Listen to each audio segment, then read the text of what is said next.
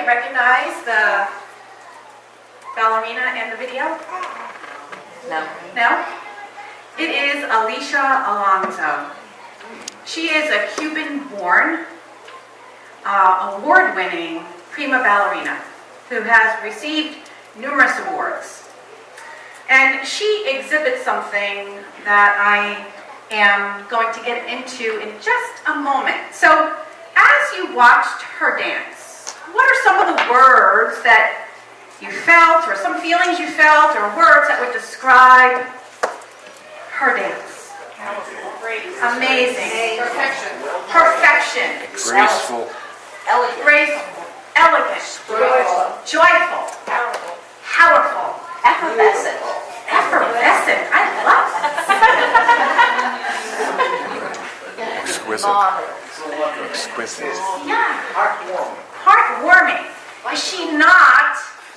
Presence. In Special. presence, yes. In the exquisite connection of her divinity flowing.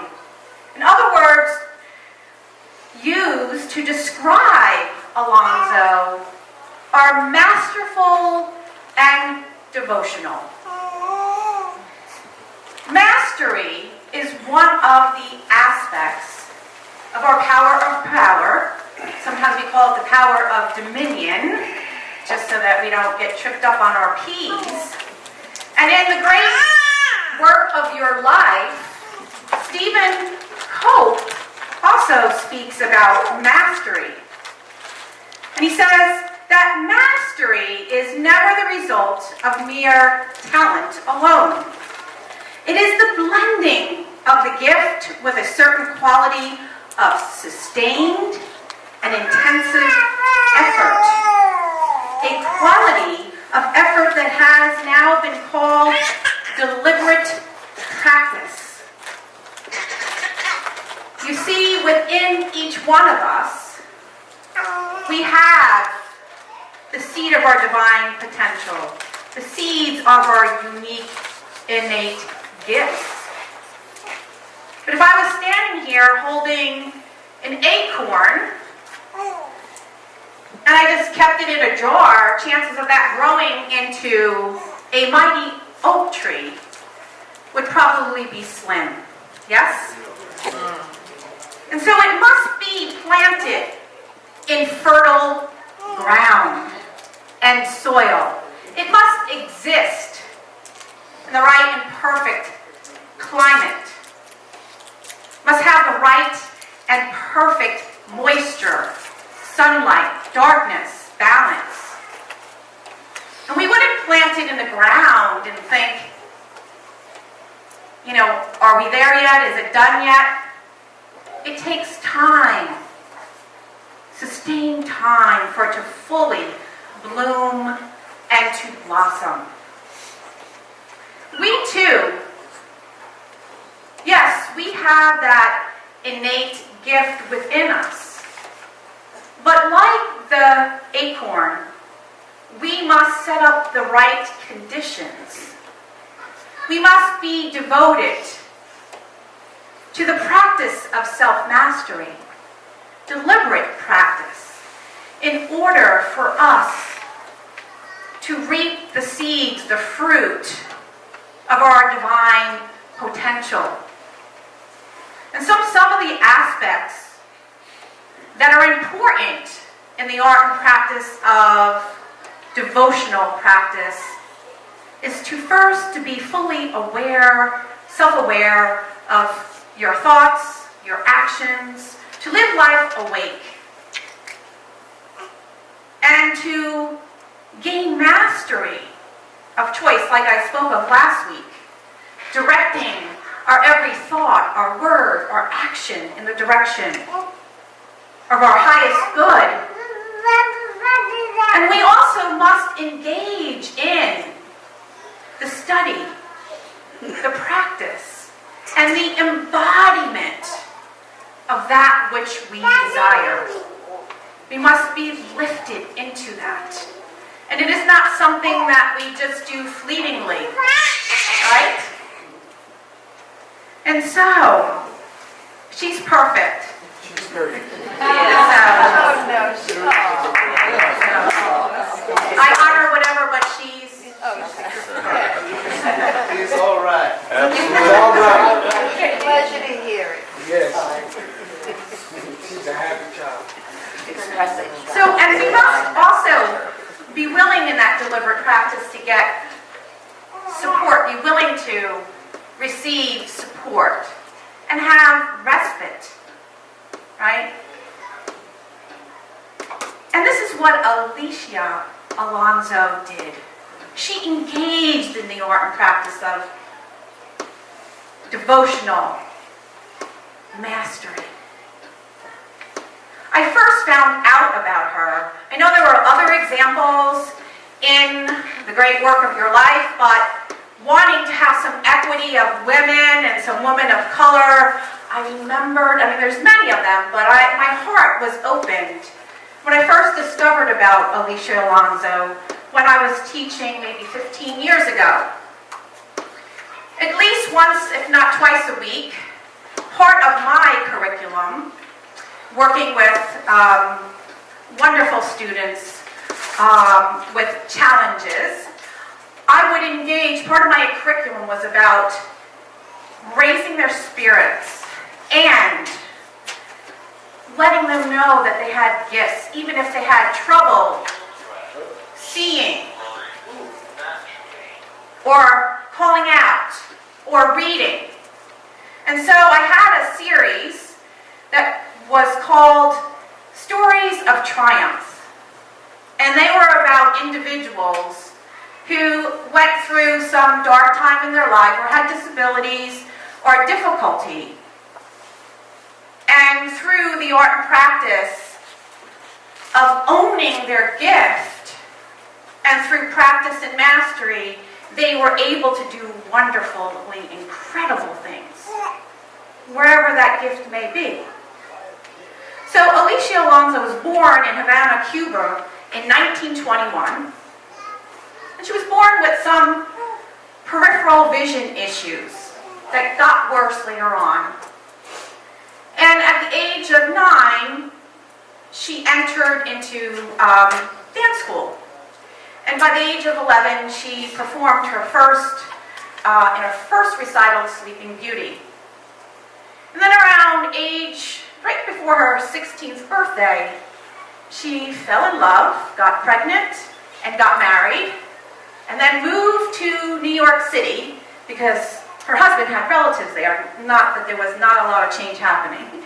So she joined the American Ballet and started, maybe after a year's time, taking classes. And then around 18 or so, she was noticing that her vision difficulties became more pronounced. And at the age of 19, her retina in one of her eyes completely detached, and she was completely blind, and she had peripheral vision issues as well. So she had her first surgery, and during that surgery, she had to lay completely still for 3 months.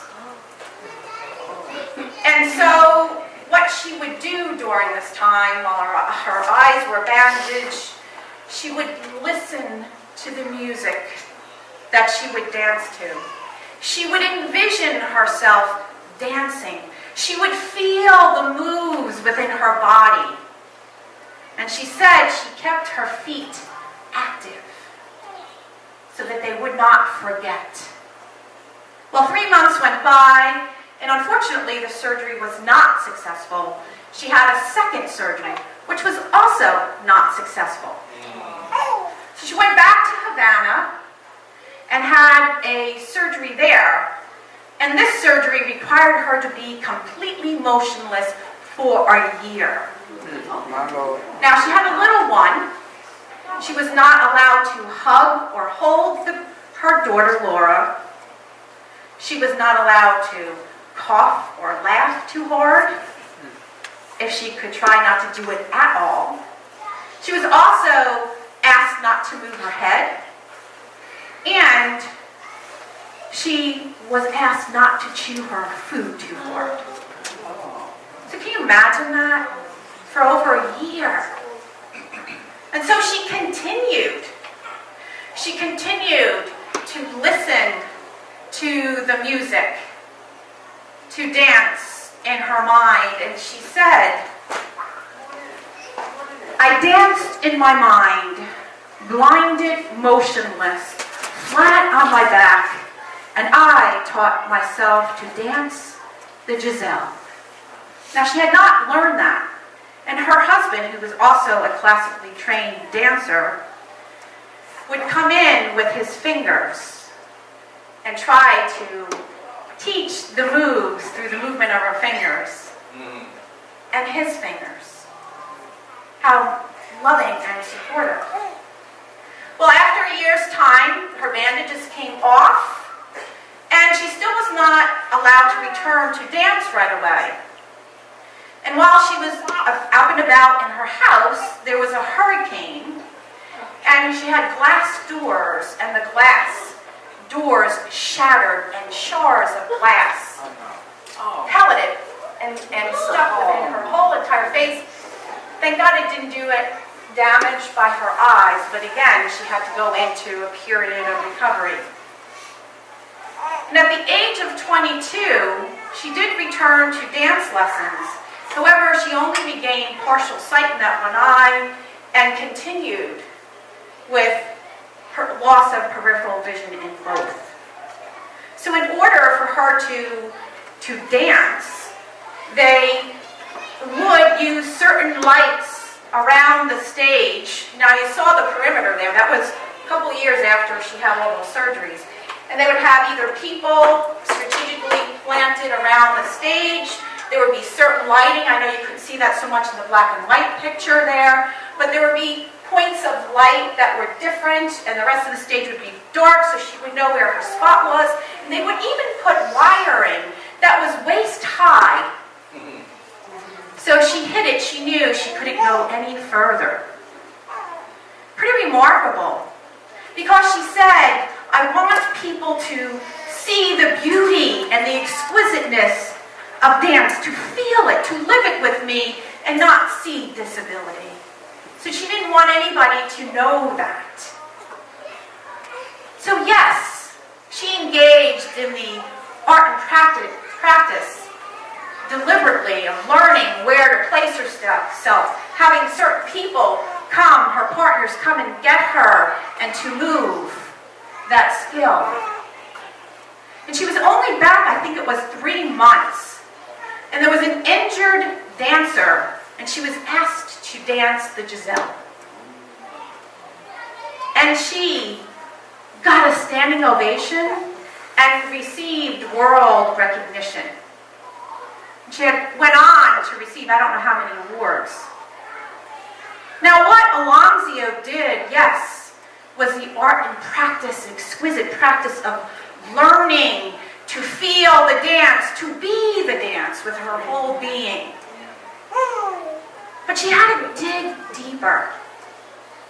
She had to dig deeper because self-mastery is not just mastery of skill and the practice of moves. She had to transcend all doubt, all fear. What will people think? Family members telling her, no, worried that maybe her vision would worsen. What would people say? Maybe I'm not good enough. And just think about it, having that limited vision, which is, she didn't want to live in darkness. So she went to a higher place of being that is in all of us. She went to the mountaintop that Jesus, the master teacher, spoke of. When he spoke many times, he would ask his disciples to go to the mountaintop. In Matthew 5:1 is one such example when Jesus said, I saw the crowds and went to the mountaintop, and afterwards I sat down with my disciples as they came to me, and I contemplated. Let's look at that metaphysically. The mountaintop is a higher place, a higher vision, our expanded thinking where we're connected to the truth and the light of who we are. And those disciples are 12 powers, our spiritual powers that we all call forth from the highest level. Our strength, our courage, our light, our love, our mastery, our power of choice, our power of release. And we sit in that state of being, choosing, becoming the master over every thought, every word, every action. And through devotional practice, devotion is an aspect of our power of zeal, where we wholeheartedly, single-mindedly focus and engage. Can you not see that she transcended what we would call disability? And so how might we not just master a skill, whether it be cooking or healing or praying, or teaching or mentoring, but how are we becoming masters of who we are being in everything? The art and practice of relationships could be a full-time job, right? Who we are being with ourselves. Who are we being with others? Can we play nice with others? Sometimes yes, sometimes not, right? Sometimes we want to be so focused on what somebody else is not doing, what somebody said, didn't say. And the art and practice of mastery is going within. Who am I calling to be here in this moment? How may I choose my words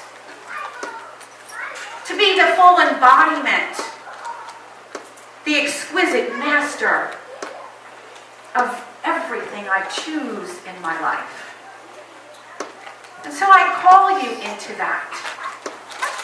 So yes, there is maybe a talent and a gift, whatever that may be, calling from within you to fully express more. But also being the master of compassion, the master of inspiration, encouragement, and the master of the truth and the beauty of who you are, so that you live from that high vibrational place, the mountaintop of your being that master. Can you see it? Close your eyes. See it? Can you see it? Whatever that looks like for you on all aspects of your being. And so I close today with a poem called Painting My Own Wings. Throughout my whole life, I wanted to fly. And one day I stood on the top of a mountain, watching a beautiful bird soaring by. It was so close to me that I felt the air of its wings caressing my face, my heart filled with desire. God, you are the miracle maker, I yelled out. Why can't you give me wings? And then, within the whispers of my soul, I heard the reply. I already did. I gave you your own divine talent, didn't I? And my life went on. I didn't know how to fly, but I knew how to paint. And one day I picked up my paintbrush and started painting my own wings. Stroke by stroke, line by line, and suddenly I realized that I was already flying. Namaste. Namaste.